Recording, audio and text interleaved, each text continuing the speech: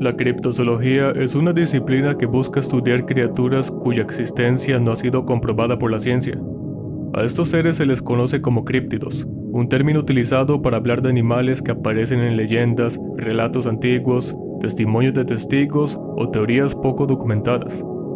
En este grupo entran figuras tan conocidas como el chupacabras, Pie Grande o el famoso monstruo del lago Ness.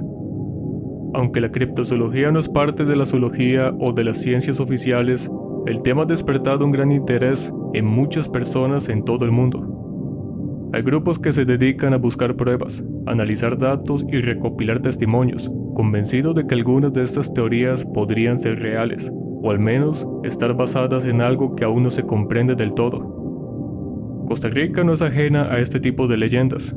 En distintas zonas del país existen historias sobre seres extraños que, con el paso del tiempo, se han convertido en parte del folclore y la identidad local. Para este video he reunido varios de esos casos, enfocándome en los que se describen como criaturas físicas, es decir, seres que más allá de lo paranormal, se consideran presuntos animales o seres vivos poco conocidos o mal documentados.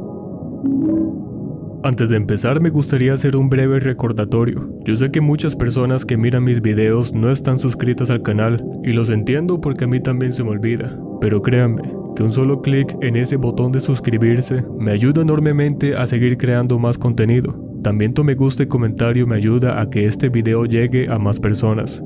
Muchas gracias por ver, y dicho esto, empecemos.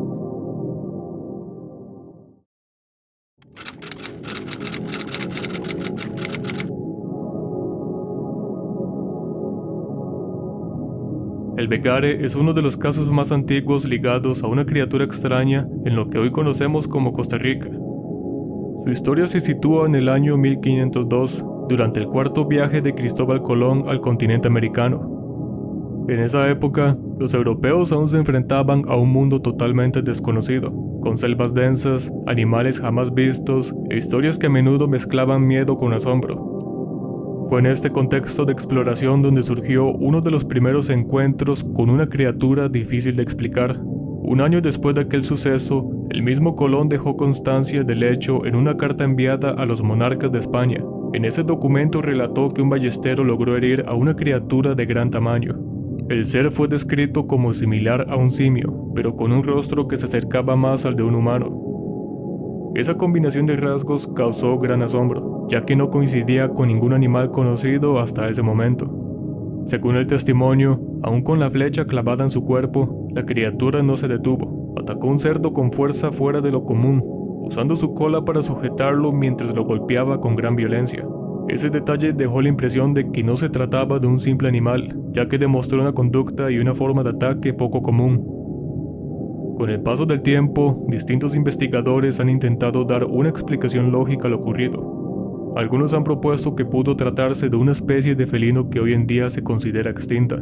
Otros sostienen que no coincide con ningún animal conocido en la zona, lo que mantiene el caso dentro del campo del misterio. Hasta hoy, el Begare sigue siendo una de las criaturas más antiguas y extrañas, quedando como una de las primeras anécdotas de una criatura fuera de lo común en nuestro país.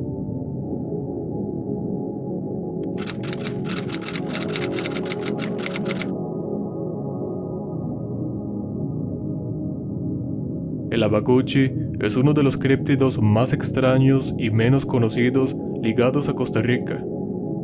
A diferencia de otros seres del folclore local, esa criatura es más famosa en Estados Unidos, aunque su supuesto origen se sitúa en el territorio nacional. Su aspecto es descrito como una mezcla entre un búho, un zorro y un ciervo, lo que lo convierte en una criatura difícil de imaginar con exactitud. Según la leyenda, el abacuchi es capaz de comer casi cualquier cosa, incluso animales mucho más grandes que él, como vacas o caballos.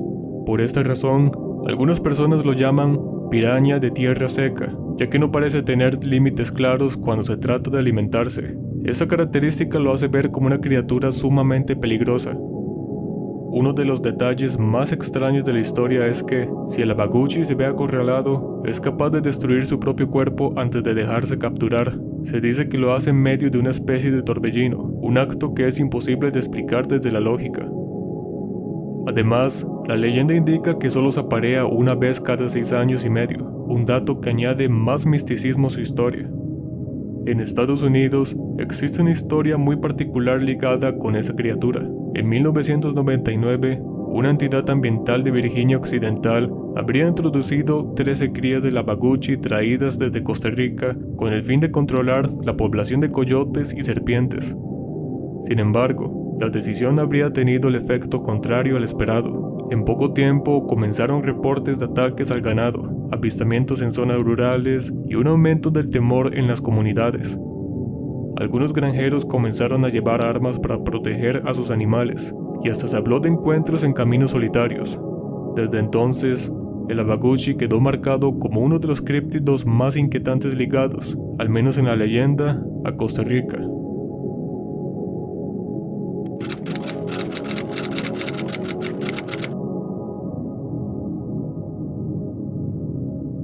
El Cadejos es una de las leyendas más conocidas en Centroamérica y también forma parte del folclore del país.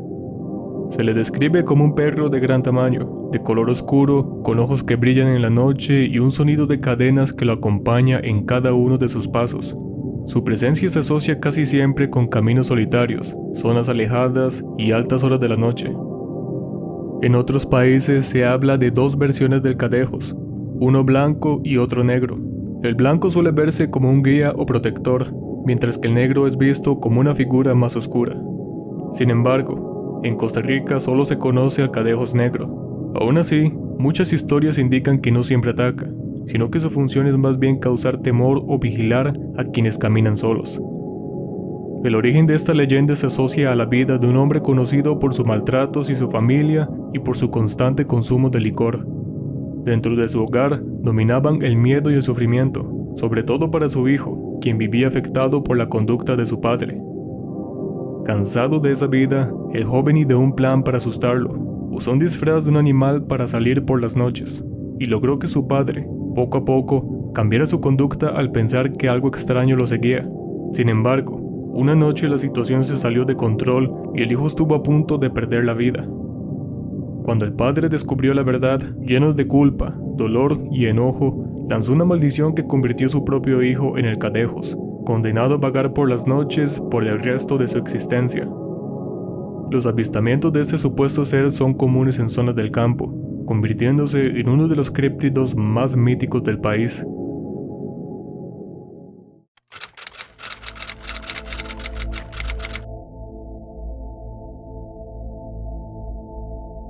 La Mona es una de las leyendas más fuertes en el Pacífico de Costa Rica, especialmente en las provincias de Guanacaste y Punta Arenas, y tiene raíces que se remontan a tradiciones chorotegas. En esas zonas, su nombre y su forma han ido cambiando con el paso del tiempo. En las costas se habla más de la Mona, mientras que en otras zonas del Valle Central puede aparecer vinculada a la figura llamada la Chancha, que adopta rasgos de cerdo o danta en algunas versiones. También hay mitos vecinos que le acercan a figuras como el Micomalo, descrito a veces como una versión diabólica con aspecto de mono.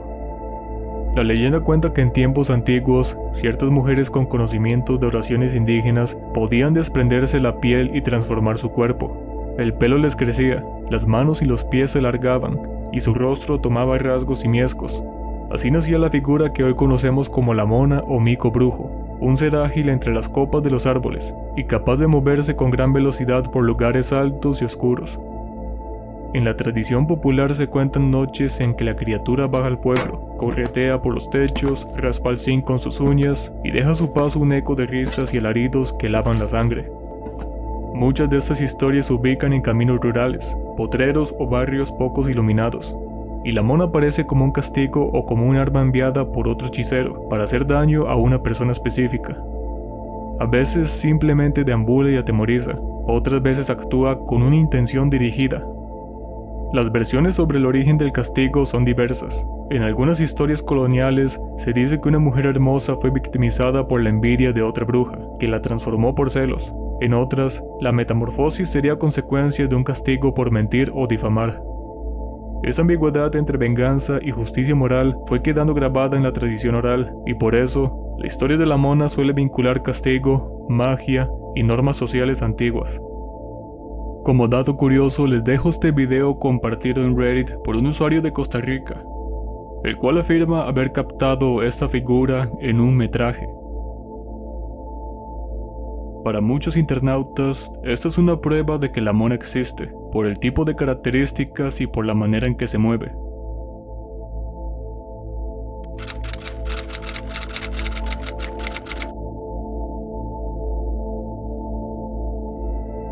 Los duendes son sin duda uno de los seres más famosos del folclore tico.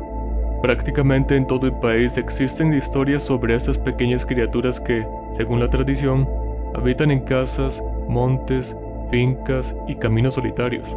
Se les describe como hombrecitos de unos 30 centímetros de estatura, con ropa de colores, gorros llamativos y un aspecto similar al de niños con barba. Un detalle curioso es que sus huellas no parecen humanas, sino que recuerdan a las marcas que deja un ave, como un gallo por ejemplo. De esto puedo contar una historia personal después. Una antigua leyenda indígena cuenta que, durante una gran batalla entre Dios y el diablo, los duendes no decidieron apoyar ninguno de los dos. Esa falta de decisión los dejó en una posición neutral. No son completamente buenos, pero tampoco totalmente malos. Esta dualidad explica por qué a veces ayudan a las personas y otras veces simplemente se dedican a hacer travesuras. Una de las historias más comunes es el que dice que los duendes se llevan a los niños para jugar con ellos.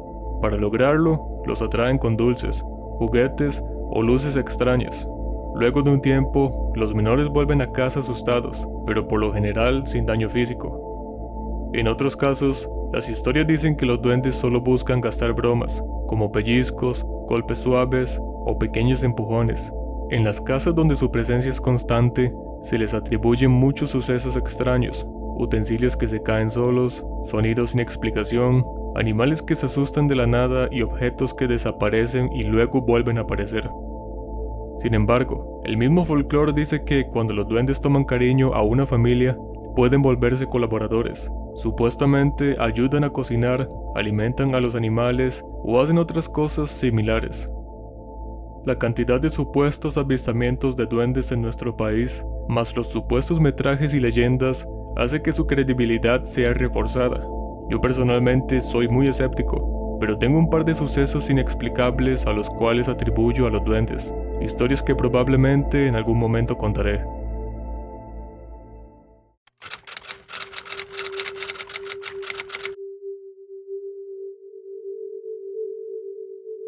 El dueño del monte es una figura que aparece en el folclore de varios países. Se cuenta en partes de México, en Panamá y con fuerza en Costa Rica, sobre todo en Guanacaste y zonas cercanas a Bagaces. Esa difusión sugiere orígenes indígenas y una leyenda que se adaptó a distintos paisajes, desde montes secos y sabanas hasta selvas más cerradas, siempre como un guardián o un ser ligado a los animales y al monte. En Guanacaste se le describe con características muy concretas, un ser de gran altura, cubierto de pelo de pies a cabeza, con aspecto sabanero monstruoso, largas barbas y cabello enmarañado.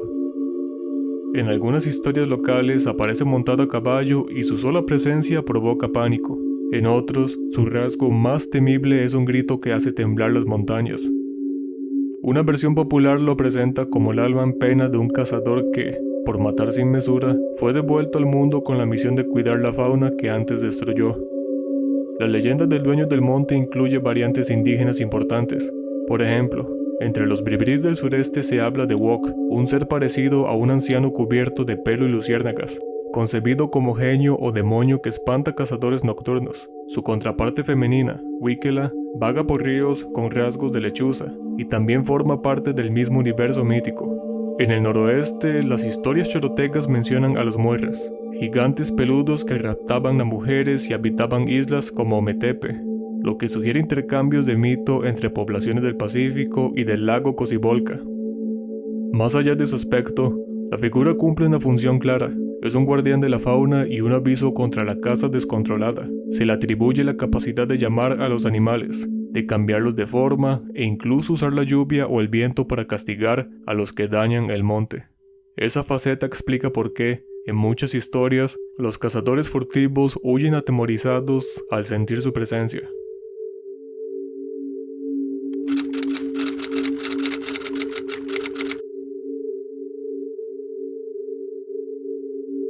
El Sisimiqui es una de las criaturas más temidas del folclore mesoamericano y también forma parte de las leyendas de nuestro país, sobre todo en Guanacaste y la zona norte. Se le describe como un ogro cubierto de pelo, con cara de hombre y cuerpo de mono. Su tamaño es grande, su fuerza es notable y su presencia es motivo de pánico entre quienes dicen haberlo visto. Una de las características más inquietantes es que solo tiene 4 dedos en manos y pies. Además, sus huellas aparecen al revés, lo que impide que alguien pueda seguirlo cuando entra en el monte. Esa habilidad lo hace casi imposible de rastrear, lo que aumenta el misterio sobre este ser. Según las historias, vive en cuevas profundas y solo sale de noche. La leyenda más conocida dice que el Sisimiqui roba mujeres, sobre todo en momentos importantes de su vida, como la noche de bodas. Por esta razón, su figura se convirtió durante años en una advertencia para que las jóvenes no anduvieran solas de noche por caminos alejados. Esta idea se repite en muchas culturas indígenas del continente, donde aparecen ogros con funciones similares. En Costa Rica, el Sisimiqui aparece en varios cuentos tradicionales, como los cuentos del tío conejo. También existe la versión femenina del ser, conocido como la Sisimica, descrita como una mujer fea, desgreñada y ligada directamente al dueño del monte. Este tipo de criaturas no solo existen en nuestro país, en pueblos del Amazonas y de Centroamérica aparecen figuras casi idénticas, como el Curupira, el Caipora o los Moira. En el caso nacional, la mitología Maleku es la que conserva con más claridad la figura del ogro secuestrador, reforzando su origen indígena.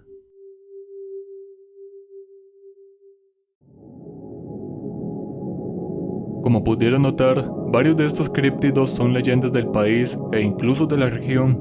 Para muchos, simples cuentos interesantes, para otros, un fenómeno de estudio donde se asegura que, a partir de historias y avistamientos poco documentados, estos seres podrían ser reales. ¿Qué piensas vos? Te leo en los comentarios. Y con eso terminamos el video de hoy, espero que les haya gustado.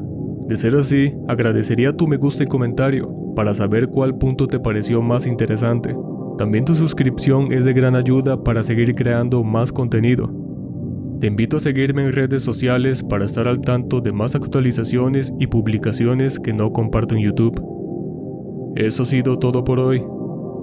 Adiós.